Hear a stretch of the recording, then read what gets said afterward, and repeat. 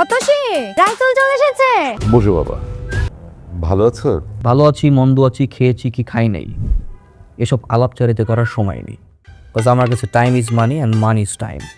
So better যে কাজের জন্য আমরা এসেছি সেটা নিয়েই কথা বলি। ঠিক আছে। আপনার মেয়ে অতসী আমাকে ভালোবাসে, আমাকে বিয়েও করতে চায়। So next deal is aunty বদল and fix the match date as soon as possible. ঠিক আছে। এই নে মা, আন্টিটা রাসিয়াকে পরিয়ে দে।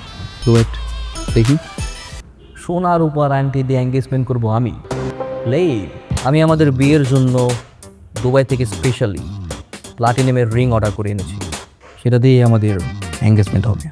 কিরে, পায়ে 2 টাকার স্যান্ডেল, গায়ে কুচকানো শার্ট, তোর এই ভার্সিটিতে ঢুকার ভিসা কে দিল রে?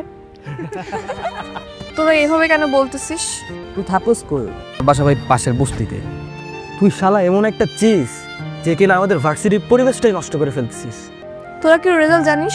ও 100% ওয়েবার পেয়েছে, আর এই ইউনিভার্সিটিতে পড়তে ওর কোনো টাকাই লাগে না, ওর মেধা দিয়ে চান্স পেয়েছে।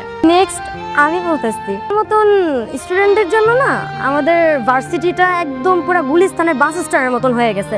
তোদের জন্য না এই ভার্সিটি না, তোরা না পাবনায় চলে যা, ওইটাই পারফেক্ট। আই তুই কি বলতেছিস এগুলো?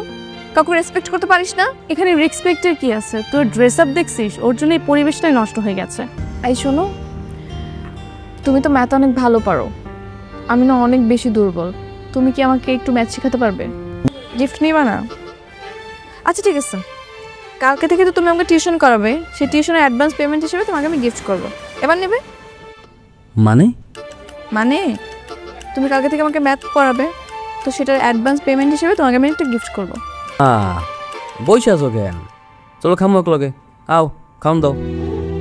কি ব্যাপার মা, ভাতটা দাও খাই। চাইল শেষ, ডাইল শেষ, রামদুম কি? শোনো, আমি নতুন একটা টিউশনই পাইছি, ওই টিউশনেতে আমি অনেক টাকা পাবো। আল্লাহর মধ্যে টিউশনে টাকা পাইলে আমাকে পুরো মাস চলে দেবো। আলহামদুলিল্লাহ। তুমি তো আনইজি ফিল করতেছো কেন?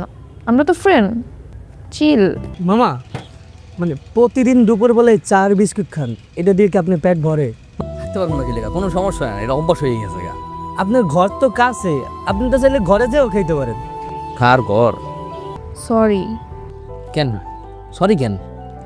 আমি জানি কালকে তুমি বাবার কথাগুলো শুনে ফেলেছো আর হয়তো কষ্টও পেয়েছো। কোনো সমস্যা নাই, আমি কোনো কিছু শুনি নাই।